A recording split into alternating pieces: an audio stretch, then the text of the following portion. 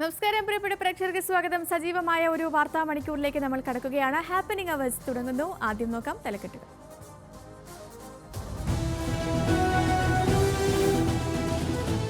Thalassery എരിഞ്ഞോളിയിലെ bomb സ്ഫോടനം നിയമസഭയിൽ ഉന്നയിക്കാൻ പ്രതിപക്ഷം. സണ്ണി ജോസഫ് അടിയന്തര പ്രമേയ നോട്ടീസ് നൽകും. മദ്യനയ വിഷയത്തിൽ സഭയിൽ മന്ത്രി റിയാസിന്റെ വിശദീകരണം. ടൂറിസം വകുപ്പ് ഡയറക്ടർ യോഗം വിളിച്ചു ചേർത്തത് മന്ത്രി അറിഞ്ഞുകൊണ്ടല്ല.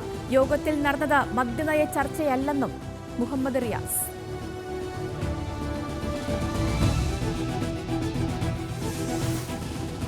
CPM സംസ്ഥാന സമിതി യോഗം രണ്ടാം ദിവസവും തുടരുന്നു. ഇന്നലെ ചേർന്ന യോഗത്തിൽ മുഖ്യമന്ത്രിക്കും സർക്കാരിനുമെതിരെ വിമർശനമുയർന്നിരുന്നു. തിരഞ്ഞെടുപ്പിൽ പ്രതിഫലിച്ചത് ഭരണവിരുദ്ധ വികാരമെന്ന് വിമർശനം. തിരുത്തൽ നടപടികൾ ശക്തമാക്കണമെന്നും ആവശ്യം.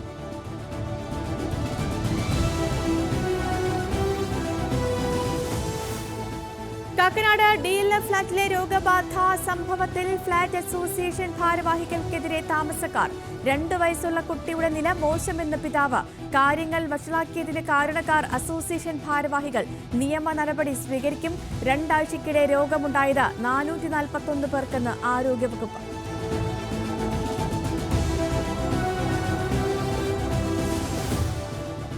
മംഗഫ് തീപിടുത്തത്തിൽ മരിച്ചവരുടെ കുടുംബങ്ങൾക്ക് 12.5 ലക്ഷം രൂപ നൽകാൻ കുവൈറ്റ് തീരുമാനം. എംബസികൾ മുഖേന പണം വിതരണം ചെയ്യും. കുവൈറ്റ് അമീറിന്റെ ഉത്തരവ് പ്രകാരമാണ് തീരുമാനം.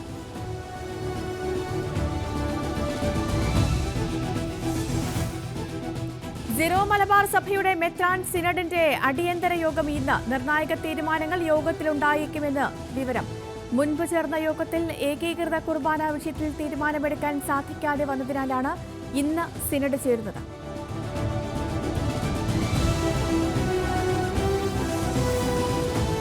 വന്യമൃഗശല്യത്തിൽ സർക്കാരിനെതിരെ തലശ്ശേരി ബിഷപ്പ് മാർ ജോസഫ് പാംപ്ലാനി. വനം വകുപ്പിനും മന്ത്രിക്കുമെതിരെ രൂക്ഷ വിമർശനം. മന്ത്രിയോട് പറഞ്ഞ പരാതികൾ ചെന്നു പതിച്ചത് ബധിരകർണങ്ങളിലെന്നും പാംപ്ലാനി.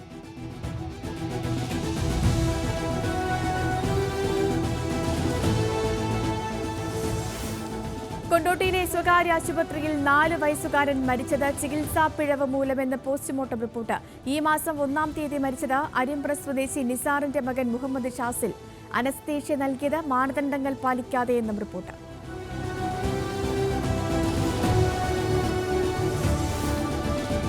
തിരുവനന്തപുരത്ത് ചികിത്സ ലഭിക്കാതെ മരണമെന്ന ആരോപണം. മെഡിക്കൽ കോളേജിനും SK ആശുപത്രിക്കുമെതിരെ ഗുരുതര ആരോപണവുമായി കുടുംബം.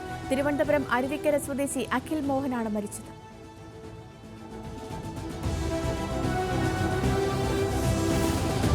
ആലുവയിൽ MDMA-യുമായി പിടികൂടിയ പ്രതി സർമീൻ അക്തർ NCBയുടെ ഹിറ്റ് ലിസ്റ്റിലുള്ളയാൾ.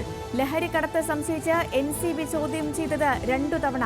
ബാംഗ്ലൂർ സ്വദേശി സർമീൻ അക്താർ റൂറൽ പോലീസിന്റെ പിടിയിലായത് ഇന്നലെ. കേസിൽ കൂടുതൽ പ്രതികളുണ്ടെന്ന നിഗമനത്തിൽ അന്വേഷണ സംഘം.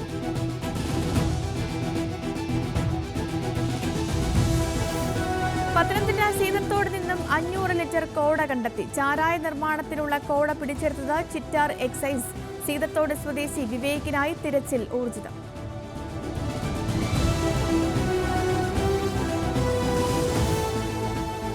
പാലക്കാട് മെത്താഫെറ്റനുമായി യുവാവ് പിടിയിലായത് വയ്യക്കുറിശി സ്വദേശി P ഇർഷാദ്. മണ്ണാർക്കാട് പോലീസാണ് ഇയാളെ അറസ്റ്റ് ചെയ്തത്. ലഹരി മരുന്നെത്തിച്ചത് ടർഫുകളിൽ വിതരണം ചെയ്യാൻ.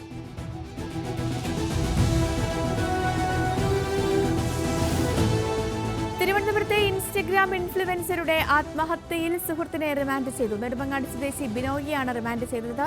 പോക്സോ വകുപ്പ് പ്രകാരമാണ് ഇയാളെ അറസ്റ്റ് ചെയ്തത്. 14 ദിവസത്തേക്കാണ് തിരുവനന്തപുരം ACJM കോടതി റിമാൻഡ് ചെയ്തത്.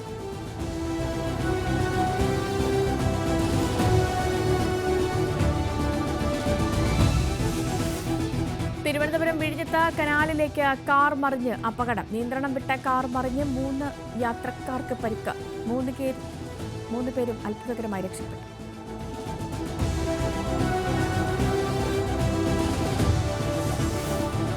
പത്തനംതിട്ട അച്ചൻകോവിലാറ്റിൽ കാണാതായ 27കാരനായി തിരച്ചിൽ.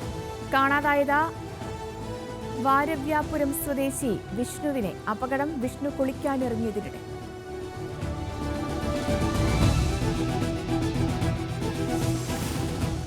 സംസ്ഥാനത്ത് കാലവർഷം വീണ്ടും സജീവമാകുന്നു. 6 ജില്ലകളിൽ യെല്ലോ അലർട്ട്. മുന്നറിയിപ്പ് തിരുവനന്തപുരം, കൊല്ലം, ആലപ്പുഴ, എറണാകുളം, കോഴിക്കോട്, കണ്ണൂർ ജില്ലകളിൽ. ശക്തമായ ഇടിമിന്നലിന് സാധ്യതയെന്ന് കാലാവസ്ഥാ കേന്ദ്രം.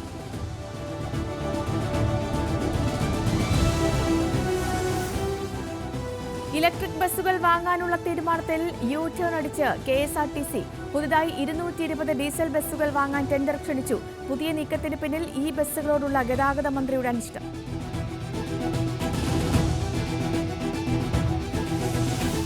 സംസ്ഥാന സർക്കാരിന്റെ ആർദ്രം പദ്ധതി പ്രതിസന്ധിയിൽ. കുടുംബാരോഗ്യ കേന്ദ്രങ്ങളിൽ മതിയായ ജീവനക്കാരില്ല. തദ്ദേശ സ്ഥാപനങ്ങളുടെ നിയമനാധികാരത്തിലും അവ്യക്തത. പിന്നിൽ രാഷ്ട്രീയ ഇടപെടലെന്ന ആരോപണം.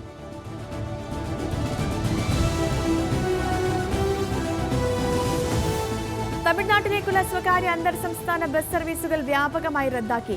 തമിഴ്നാട് രജിസ്ട്രേഷൻ ഇല്ലാത്ത വാഹനങ്ങൾ കൂടുതൽ നികുതി ഒടുക്കണമെന്ന തമിഴ്നാട് MVDയുടെ നിലപാടിന് പിന്നാലെയാണ് തീരുമാനം.